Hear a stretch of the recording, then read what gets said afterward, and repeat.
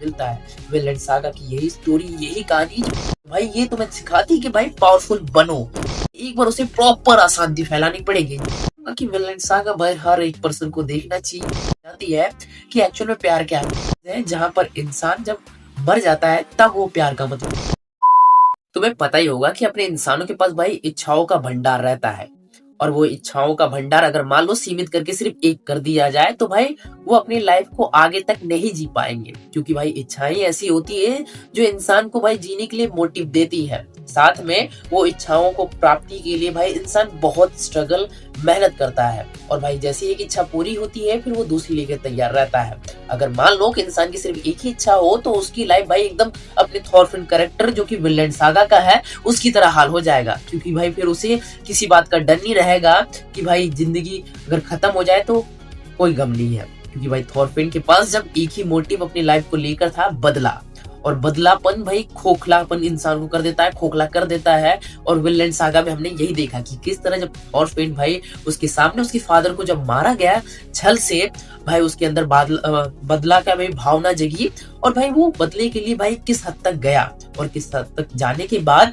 जब उसका बदला नहीं पूरा हो पाता है और जिससे वो बदला लेना चाहता है वही खत्म हो जाता है, तो फिर किस तरह भाई उसकी लाइफ का कोई महत्व भी नहीं रहता है। उसे डर नहीं रहता है कि उसे कोई मार दे या क्या, उसकी लाइफ खत्म हो जाए, कोई मोटिव नहीं, उसके पास जीने के लिए कोई रीजन ही नहीं बचता है। तो इसीलिए भाई इंसानों के पास एक से ज्यादा इच्छाएं होनी जरूरी है, क्योंकि वो इच्छा उन्हें जीने के लिए रीजन देती है। अगर मान लो कि तुम्हारे लाइफ में बस एक ही इच्छा है तो भाई तुम उसके सहारे तुम कब तक जी सकते हो, ज्यादा टाइम तक नहीं जी सकते हो। इसीलिए इच्छाएं और होनी चाहिए, और वही अपने थॉरफिन कैरेक्टर में दिखाया गया कि किस तरह भाई जब उसके फादर की बदला वो नहीं ले पाता है तो फिर वो विलेन की तलाश में निकल पड़ता है, जहाँ पर भाई अपने थॉरफिन को भाई और अपनी लाइफ को आगे बढ़ाने के लिए भाई रीजन मिलता है। वो भी विलेन का ऐसी जगह जहाँ पर भाई लोग शांति से रहते हो, जहाँ पर लड़ाई नहीं होते हो, जहाँ पर वाइट किंग्स ना हो, जहाँ पर कोई राजा ना हो, जहाँ पर इंसान इंसान की निगाहों से देखा जाए।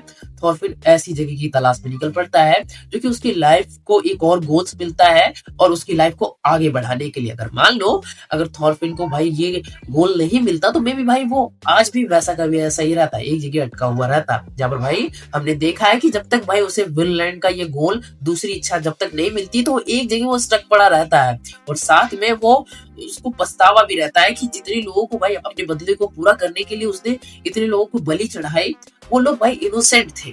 उसके अंदर भाई एक घृणा भी खुद से रहती, खुद से नफरत रहती है कि उसने कितने पाप किए हैं। एक खालीपन सी रहती है उसके अंदर कि भाई मैंने अपने बदले की भावना में न इधर देखा ना उधर देखा, बस तलवार चलाता गया। उस तलवार में कितने लोग मारे गए जो भाई उस बदले से उनका भाई कुछ लेना देना भी नहीं था। वो इनोसेंट थे, फैमिली वाले थे, ना हथियार चलाते थे, बहुत ही कमजोर थे, गरीब थे, ऐसे लोगों को वो मारा। फिर धीरे धीरे वही चीजें उसे खाली वक्त में वो बैठता है तो उसे यही सब चीजें खाने लगती है, और फिर धीरे धीरे वो किस तरह भाई खोखला होता जाता है।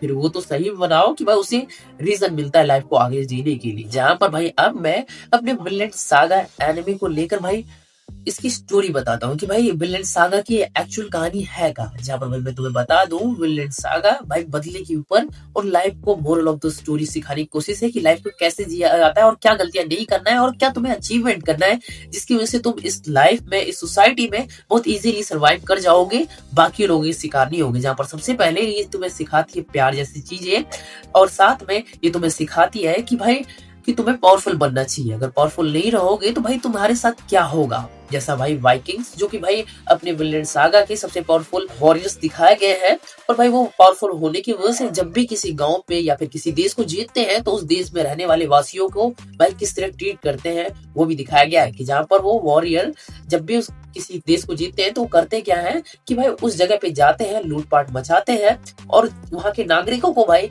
जान से मारते हैं, उनके घरों को जलाते हैं, और साथ में कोई लड़की उन्हें पसंद आती है उसे उठा के ले जाते हैं, साथ में उनके साथ ब्रूटली रेप वगैरह ये सब कुछ भी कर सकते हैं। जहाँ पर कोई उनको लड़का पसंद आता है, लड़की पसंद आता है, उसे उठा के ले जाते हैं, पैसे कमाने के लिए भाई अमीर घरों में बेच देते हैं ताकि वो गुलामी कर सके और उन्हें पैसा मिल सके।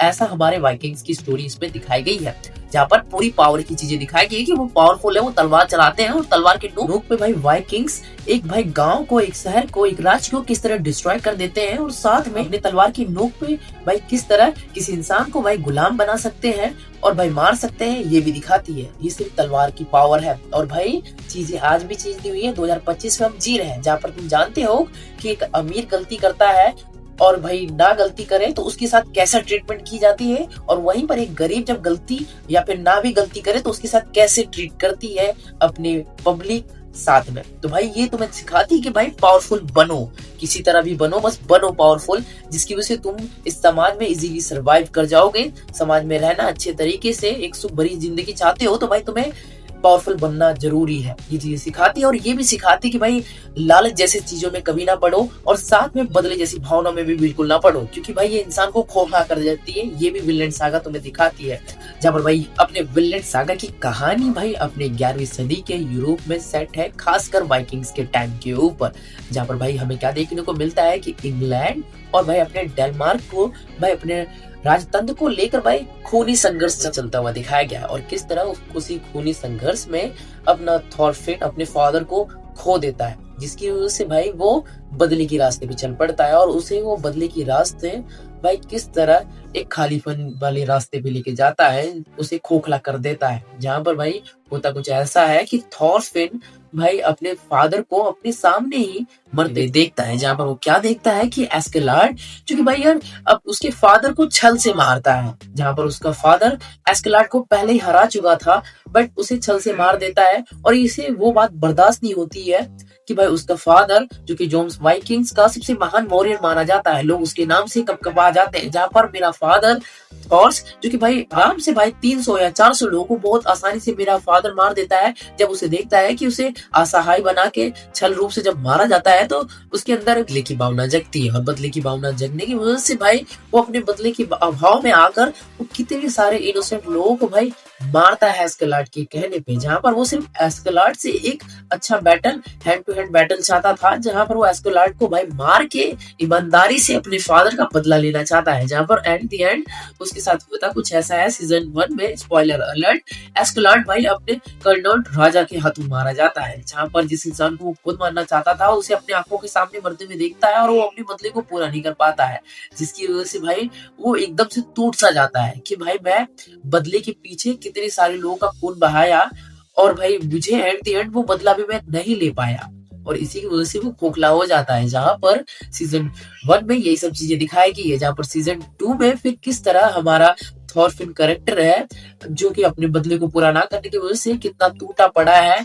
क्योंकि उसने काफी सारे इनोसेंट लोगों को मारा है, जिसकी वजह से वो गिल्ट में रहता है और अपने जीवन को भाई तलाशने में लग जाता है। और वहीं पर सीजन 2 में यही एकदम शांति तरीके से दिखाई गई है, जहाँ पर सीजन 1 में तुम्हें वॉर्स के बैटल्स वगैरह ज्यादा दिखाया जाएगा, फोकस कराया जाएगा, साथ में राजाओं का तंत्र दिखाया जाएगा कि एक राजा दूसरे राजा को कैसे मारता है, क्यों मारता है। जहाँ पर ये भी मुझे याद है कि भाई अपना जो डेनमार्क का राजकुमार था कनॉट, वो उसकी इच्छाएं क्या थी कि भाई वो एक ऐसी धरती का निर्माण करना चाहता है जो स्वर्ग के बराबर हो, जहाँ पर भाई सब एक समान हो, जहाँ पर लड़ाई ना हो, लूटपाट ना हो, बदले की भावना लेकर कोई पैदा ना हो, और साथ में धरती एक जीने योग्य हो, जिसकी वजह से वो स्वर्ग कहलाए।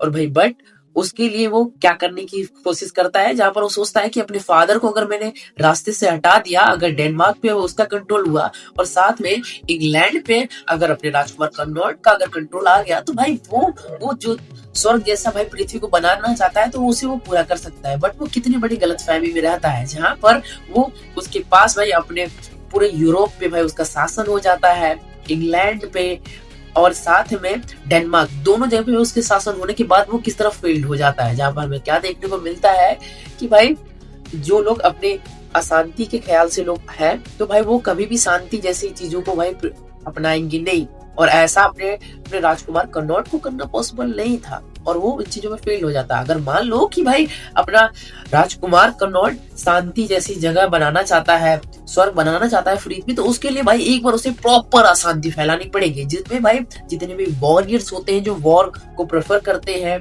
जो शांति नहीं पसंद करते, उन्हें एक ही बार में खत्म कर दो, पूरे अर्थ को, जिसकी वजह से भाई सिर्फ बचे क्या, शांति वाले लोग बचे, जिसकी वजह से जो सपना देखा था पृथ्वी को स्वर्ग बनाने का, तभी वो पॉसिबल, वैसे तो पॉसिबल है ही नहीं। और हमें दिखा भी है किस तरह कनॉट भाई जब उसका कंट्रोल आने के बाद भी, जब उसके फादर के बाद, उसके भाई के बाद, जब अपने डेनमार्क और इंग्लैंड पे उसका कुछ हद तक जब कंट्रोल आने के बाद भी वो भाई उस शांति को स्थापित कर पाया, क्यों? क्योंकि भाई ये चीजें करना पॉसिबल ही नहीं है। और कहीं न कहीं मैंने उसे देखा कि अशांति का रीजन वो भी बना। वॉर्स वगैरह वो करवाया जा रहा था, बार-बार करवाया जा रहा था, जिससे कि वो इंग्लैंड को भी भाई वो अपना कब्जा कर सके और साथ में डेनमार्क पे भी। जिसकी वजह से भाई अशांति का वो रीजन भी बनता है। अगर मान लो कंट्रोल कर भी लेता तो भी वो पॉसिबल नहीं है कि वो ऐसा स्वर्ग जैसा पृथ्वी को बना दे। पॉसिबल ही नहीं था। और भाई हमें यही सब देखने को मिलता है अपने सीजन 2 में, जहाँ पर सीजन 2 में हमें फिर ये भी पता चलता है कि भाई अपना जो थॉर्फिन अपना विलन की तलाश में निकल जाएगा सीजन 3 में, जहाँ पर वो ऐसी जगह की ढूंढने के निकला है जो उसके फादर ने कल्पना की थी कि जहाँ पर कोई लड़ाई ना हो, सिर्फ शांति प्रिय लोग रहने वाले हो। और वो उस जगह को शायद से में भी ढूंढ निकाले या ना, हमें सीजन 3 में ये बात पता चलेगी कि कोई ऐसी जगह वो निकालता है या नहीं जहाँ पर लोग शांति से रह चुके हैं। और मुझे कहीं ना कहीं लगता है कि मे बी इस चीज में वो सफल हो और फेल भी हो। क्यों? क्योंकि देखो यार, अपना जो है थॉरफिन उस जगह को ढूंढ ले कि एक ऐसी जगह जहाँ पर कोई इंसान आज तक कभी पहुंचा नहीं, उस जगह पे वो बसाएगा इंसानों को जो शांति की भावना रखते हैं। बट धीरे धीरे उनके अंदर परिवर्तन आएगा, उनमें से कुछ लोग अशांति भी फैलाना शुरू करेंगे, जिसकी वजह से भी थॉरफिन को भी एहसास होगा कि भाई शांति के साथ साथ अशांति की भी हमें जरूरत है। ये चीजों के साथ एंड होगा और कहीं ना कहीं थॉरफिन इन चीजों में फेल हो जाएगा। और भाई मैं इन चीजों का बस प्रिडिक्शन लगा रहा हूँ, मेरी ऐसी बातें रखने की है। मैं ये नहीं कह रहा हूँ कि भाई ऐसी ही स्टोरी हो। और भाई मुझे नहीं पता मांगा भी रिलीज हो रखी है या नहीं हो रखी है अपने सीजन 3 की, या फिर इसकी पहले से ही कुछ चीजें पता होगी आपको। अगर पता होगी तो कमेंट करना। मैं सीधे सीजन 2 देखने के बाद मैं ये बातें रख रहा हूँ कि शायद से कुछ इस तरह सीजन 3 में अपने विनलैंड सागा की एंडिंग को। और भाई मैं बोलूंगा कि विनलैंड सागा भाई हर एक पर्सन को देखना चाहिए, जो एनिमे लवर है और जो नहीं भी है उन्हें भी देखना चाहिए, क्योंकि बहुत कुछ चीज सिखा जाती है। जहाँ पर सबसे इम्पोर्टेंट प्यार जैसी चीजों को सिखा के जाती है कि एक्चुअल में प्यार क्या है। जहाँ पर मैं तुमसे पूछूं कि प्यार है क्या, तो भाई मेरे अकॉर्डिंग प्यार है। विनलैंड सागा देख के मुझे एहसास हुआ कि प्यार भाई वो चीज है जहाँ पर इंसान जब मर जाता है तब वो प्यार का मतलब समझता है कि भाई किस तरह इंसान मरने के बाद किसी चीज के लिए ना शिकायत करता है, ना भाई अपनी नफरत दिखाता है, ना कुछ भी नहीं दिखाता है। वो चुपचाप बस पड़ा रहता है। आप एग्जाम्पल के लिए तो उस मरे हुए इंसान को एक जगह पे छोड़ दो तो भाई वो इंसान कुछ भी शिकायत नहीं करेगा। उल्टा वो अपनी बॉडी को भाई कीड़ों और भाई साथ में जानवरों के लिए समर्पित कर देगा ताकि उनकी भूख मिट सके। और भाई उसके बाद भी उनके स्केलेटन बचता है इंसान का, जो कि भाई हवा सहता है, पानी सहता है, ठंड सहता है, बारिश सहता है, उसके बाद भी भाई वो कोई शिकायत नहीं करता है। तो यही तो प्यार है कि भाई जो मिले वो ठीक है, जो ना मिले ठीक है। यही तो शायद से प्यार है, यही सिखाती है अपने विनलैंड सागा की। जहाँ पर नफरत जैसी चीजों से तो खास कर दूर रखो, क्योंकि वो सिर्फ एक ऐसे रास्ते पे ले जाती है जहाँ पर तुम्हें एट द एंड सिर्फ खोखलापन मिलता है। विनलैंड सागा की यही स्टोरी, यही कहानी जो ऐसी चीज सिखाती है, जहाँ पर मैं बोलूंगा इस मास्टरपीस एनीमे में कहीं न कहीं डिप्रेस्ड कर देती है भाई तुम्हारे जीवन शैली को लेकर और तुम्हारे लक्ष्य को लेकर, हर एक चीज, इच्छाओं को लेकर, हर एक चीज के लिए भाई सवाल उठाते हैं। तुम्हारे पावर्स को लेकर कि तुम्हें पावरफुल जरूर से जरूर बनना चाहिए इस जीवन में। और भाई मौत को, डर को भी निकालता है कि भाई जीना किस लिए है, कि इसलिए नहीं जीना है, ये सब चीजें भी सिखाती है। और भाई तुमने अगर विनलैंड सागा देख रखा है तो भाई ओपिनियन कमेंट में बताओ। और भाई यहाँ तक वीडियो देख रहे हो चैनल को सब्सक्राइब कर दो।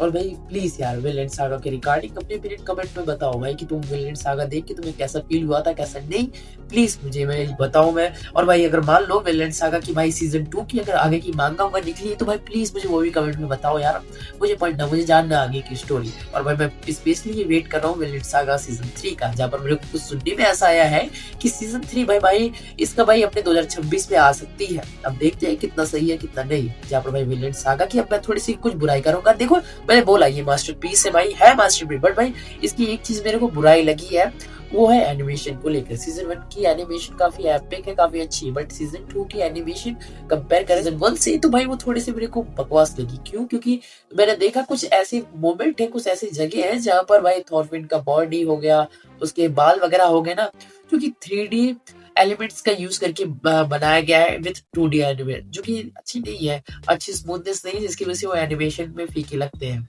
बस एनिमेशन का बात है, बाकी भाई इसमें मेरे को कोई कमियां नहीं दिखी भाई।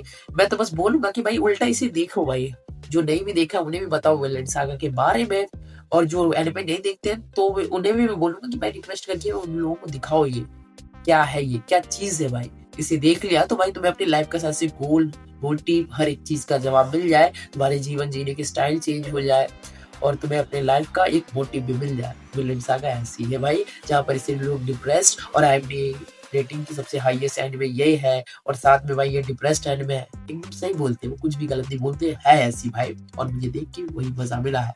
और बस विनलैंड सागा की रिगार्डिंग मेरी बातें खत्म होती है, जहाँ पर मैंने ट्राई किया तो मैं अपनी पूरी फीलिंग रखने को लेकर और विनलैंड की स्टोरी क्या है, क्या नहीं है, क्या चीज़ें देती है, क्या नहीं देती है, हर एक चीज़ को लेकर मैंने बात किया।